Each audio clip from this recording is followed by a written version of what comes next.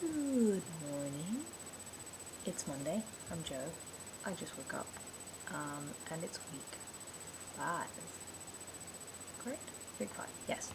And we're talking about name change and social transition in general.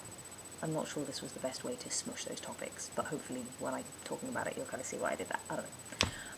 I was at the beach yesterday, which was really nice, but meant that I forgot that I had a video to record, and I usually would record my video on Sundays. So now I'm doing it Monday morning, which is why I look all tired and gross. Hey. Okay. So, name change. I wasn't really all that bothered about changing my name to begin with. This, I suppose, name change is going to be one of the first things where we really see how this channel is going to be different in terms of the US and Canada channels, because it's really, really different over here. Changing your name, and it's also quite relevant to your treatment in a way that is maybe different to the States. Personally, the clinic that I've been referred to is Charing Cross, and speaking to people who had been to Charing Cross before, they, I'm so sorry, that was my phone, how rude. Speaking to people who had been to Charing Cross before, they basically told me that having your certificate of change of name is one of the main things that one of the only things that Charing Cross uses to determine when you started your social transition.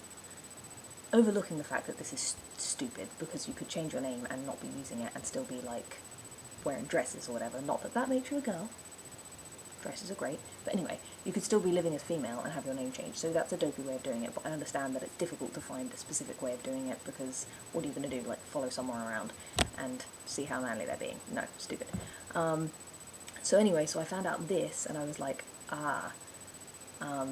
okay, so I didn't want to lose time in terms of, I think the person that I spoke to said that basically they'll take when your name was changed as the beginning of when you started living in your desired gender, and then they'll kind of measure from that point onwards how much time you need before and I think for most people, for trans guys, I think it's you have to have been living in role for at least 6 months, something along those lines.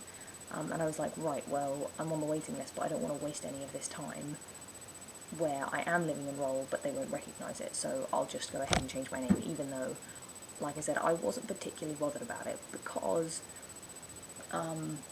with my birth name, I've always been called Joe anyway, and obviously Joe doesn't really bother me. I never felt a kind of dissonance with my name. Joe is fine. My full name, obviously, I was a bit like, but nobody really called me my full name anyway, so it didn't really bother me. I didn't really care. But I was like, okay, if this is going to make a difference to my treatment, to how I can get access to my treatment, obviously I care. So I'm just going to go ahead and do it, even though I wasn't really in too much of a hurry. So I did that, and changed my name to Joseph. That decision, it was kind of the obvious decision. I did look at other male names that started with Joe. There aren't really a whole lot. There's like, what, Johannes? Joel? I suppose it could be Joel? I don't know. Anyway, but I decided to go for Joseph. I'd been kind of thinking probably Joseph for a long time, and then I discovered that Joss Whedon's full name is Joseph Whedon, and I was like, right, give me the papers, because obviously he's my shit. Anyway, so yeah, so that was my name change decision, and much as, this is quite odd, because much as I didn't really care about it beforehand, once I had changed my name, I was so happy about it. I was like, this is awesome, I love this, my name, I love my name now. I kept my middle name. My middle name is Rosalie, as some of you may know, and it's after my Aunt Rosalie, my mother's aunt from New York, who's like really cool and makes really good French toast. And I was like, I don't really care that my middle name is a female name. One of my father's middle names is Mary. I'm not really bothered about that. That's not really threatening to me. My take on it was, if having boobs and no penis isn't a threat to my manhood, then I think having a female middle name is also not a threat. I think I can get past that. So it's Joseph Rosalie, and I quite like that. I also think it sort of honours my female history in a sense. I don't want to just sort of, I know a lot of people feel this way. I don't. I don't want to make like a sharp delineation between my female life and my life now. I just sort of like learned appreciate my female attributes that I like, feminine attributes that I like, whatever that even means. So yeah, so that's a name change. Once I wasn't too bothered about it, but once I found out it would affect my treatment, I went ahead and did it, and once I did it, I was so happy, and I love my name now, and I love what my full name looks like, and I love, and this kind of leads into the social transition thing. I love having all of my cards and whatnot say Mr. That makes me feel so much better, and so sort of like, yes, this is how it all should be. So yeah, I guess that's the next step of social transition. So you change your name, and then, I mean, if you want to, this is how I went about it. Obviously, there's no like, you change your name, and then going and telling people you've changed your name, changing my gender at uni, which I've already said was like really easy and was really lovely. I meant that all my exams were all sat in my actual name, which is really nice, especially because at my uni,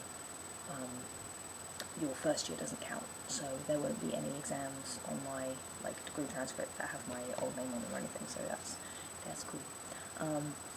Other social transition things, you know, my sister was very quick on the uptake with starting to refer to me as her brother, and that's really lovely, and my mum has been trying really hard, as has my father, to sort of like treat me a bit more as a son, and that's really nice. I really appreciate that. I mean, again, what does any of this even mean? What does it mean to treat someone like as a son as opposed to as a daughter in any way that isn't problematic? I don't know, but I've become so much more sort of secure and comfortable.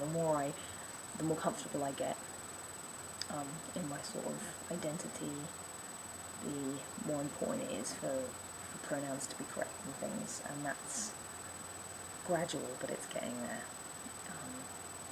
So yeah, what else comes under social transition?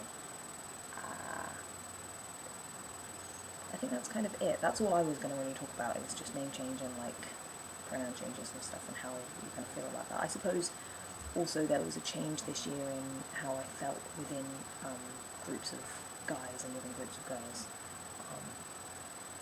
I missed having decent guy friends and feeling like one of the guys for a really long time. And this last year I had a really lovely, wonderful group of guy friends who I kind of felt more a part of. It was difficult at times because an awful lot of like jealousy goes along with that, and just the moments where you do feel out of place are so magnified and so much worse. But there were some really lovely moments this year where I really did feel just like one of the guys with my friends group, and that was really wonderful. I look forward to more of that as things go on, and as it becomes easier for people to see me as I am, hopefully. So yeah, that's social transition and name change. If anyone would like advice about name change and how to go about that, there are various ways. I'll tell you what, I'll make a Tumblr post and I'll link it down here so that I don't ramble any longer. Okay? Stay cool. Have a lovely week. See you next week. Thanks for tuning in. Bye.